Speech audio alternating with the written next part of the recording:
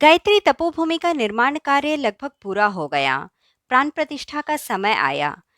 गुरुदेव ने संवत 2010 की गायत्री जयंती को प्राण प्रतिष्ठा का दिन निश्चित किया। साथ ही गुरुदेव ने बैसाख पूर्णिमा से गायत्री जयंती तक निराहार रहने का भी निश्चय किया। उन्होंने जल उपवास का संकल्प लिया। उस अवधि में वे केवल गंगा का ही जल स्वीकार करेंगे। इस पर ताई जी को काफी चिंता हुई। और हो भी क्यों ना, वो माँ जो थी, स्वयं तारनहार श्री कृष्ण की माँ को भी उनकी सुरक्षा और स्वास्थ्य की सदैव चिंता रहती थी। ठीक ऐसे ही ताई जी भी चिंता कर रही थी। उनका चिंता करना गलत नहीं था। उनका कहना था कि 24 साल तक एकाशन व्रत किया। 2-4 दिन का व्रत होता तो शायद मैं आज्ञा दे देती, परंतु 24 दिन का, जेठ की गर्मी में 24 दिन का यह व्रत शरीर को कमजोर कर देगा, तोड़ कर रख देगा। वे बार बार गुरुदेव पे दबाव डाल रही थी कि वे यह निर्णय वापस ले लें। ऐसी बात नहीं है कि माताजी को चिंता नहीं थी।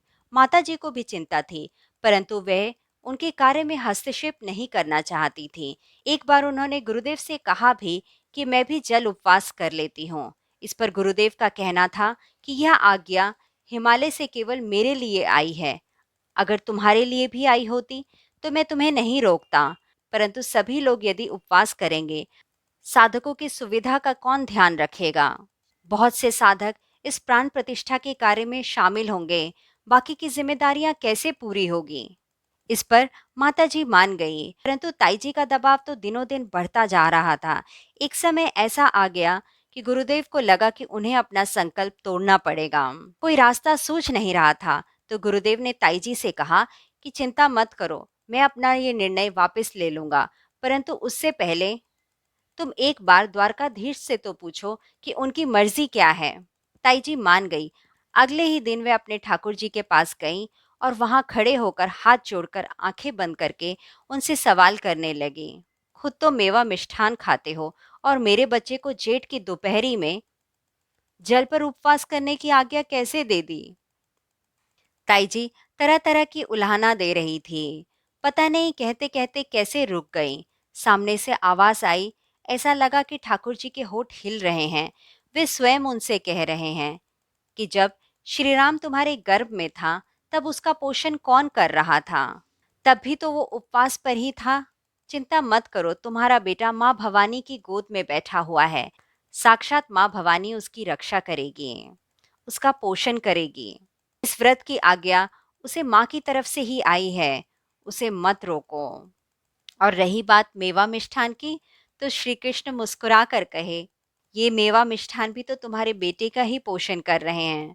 उनकी बात सुनकर ताई जी गदगद हो उठी। वहां से बाहर आई। हंसकर मुस्कुराकर उन्होंने अपने बेटे से कहा कि द्वारकाधीश ने इस जल उपवास की आज्ञा दे दी है। गुरुदेव बहुत खुश हुए और अपनी माँ से कहा कि मुझे तो डर लग रहा था कि मुझे अपना संकल्प तोड़ना पड़ेगा। आखिरकार वह दिन आ गया जिस दिन गुरुदेव को अपना उपवास आरंभ करना था। 30 मई की बैसाख पूर्णिमा को गायत्री मंदिर के ठीक सामने एक लकड़ी का बेंच लगाया गया। उस लकड़ी के तख्त पर गुरुदेव बैठे। सामने मंदिर में लिपाई पोताई का काम हो रहा था। माताजी ने उनके माथे पर तिलक लगाया, उन्हें प्रणाम किया और तुलसी का दल उन्हें दिया। गुरुदेव ने गायत्री मंत्र का उच्चारण करके उस तुलसी के दल को अपने मुंह में रख लिया। वहां खड़े साधकों ने भी गायत्री मंत्र का उच्चारण किया और इस तरह गुरुदेव ने अपना ज्वल उपवास आरंभ किया।